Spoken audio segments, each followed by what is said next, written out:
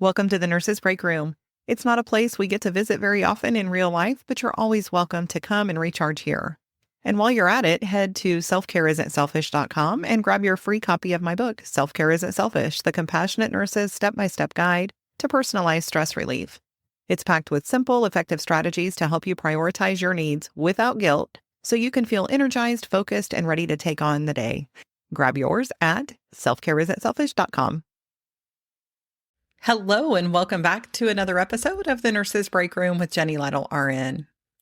Over the last few episodes, we've talked about setting the work down and why rest feels so hard and how to transition out of nurse mode.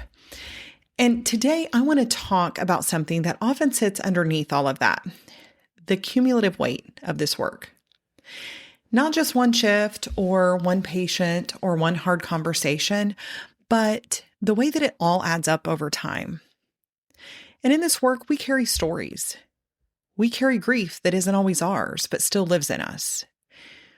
We carry moments that were sacred, painful, unfinished, or heavy, and we carry families' fears and unspoken goodbyes and quiet losses that don't always have a place to land.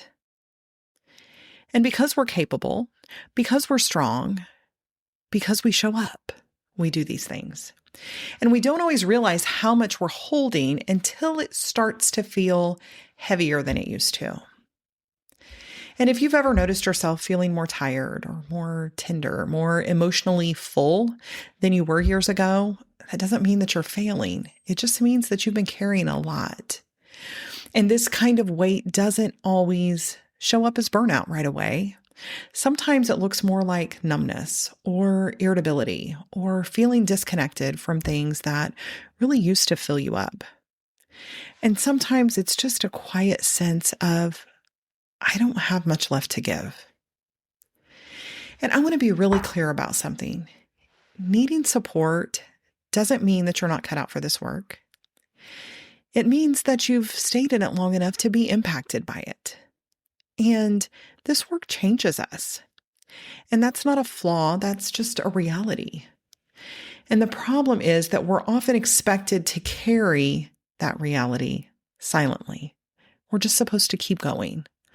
So instead of asking yourself, what's wrong with me? I want you to try asking, what have I been carrying that hasn't been acknowledged?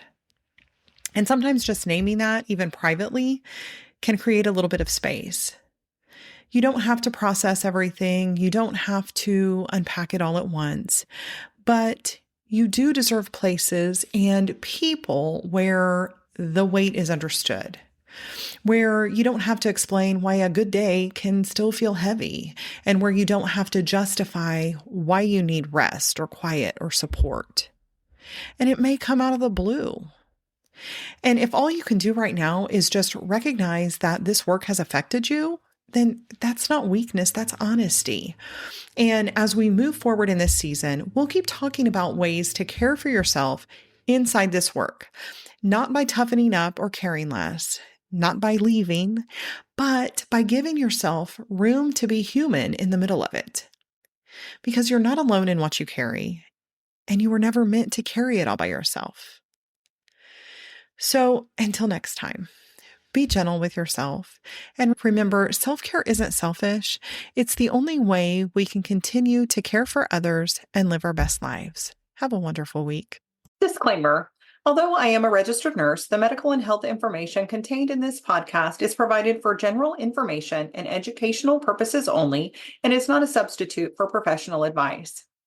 Therefore, before taking any actions based upon such information, I encourage you to consult with appropriate professionals. I do not provide any specific medical or health advice, and the use of or reliance on any information contained in this podcast is solely at your own risk.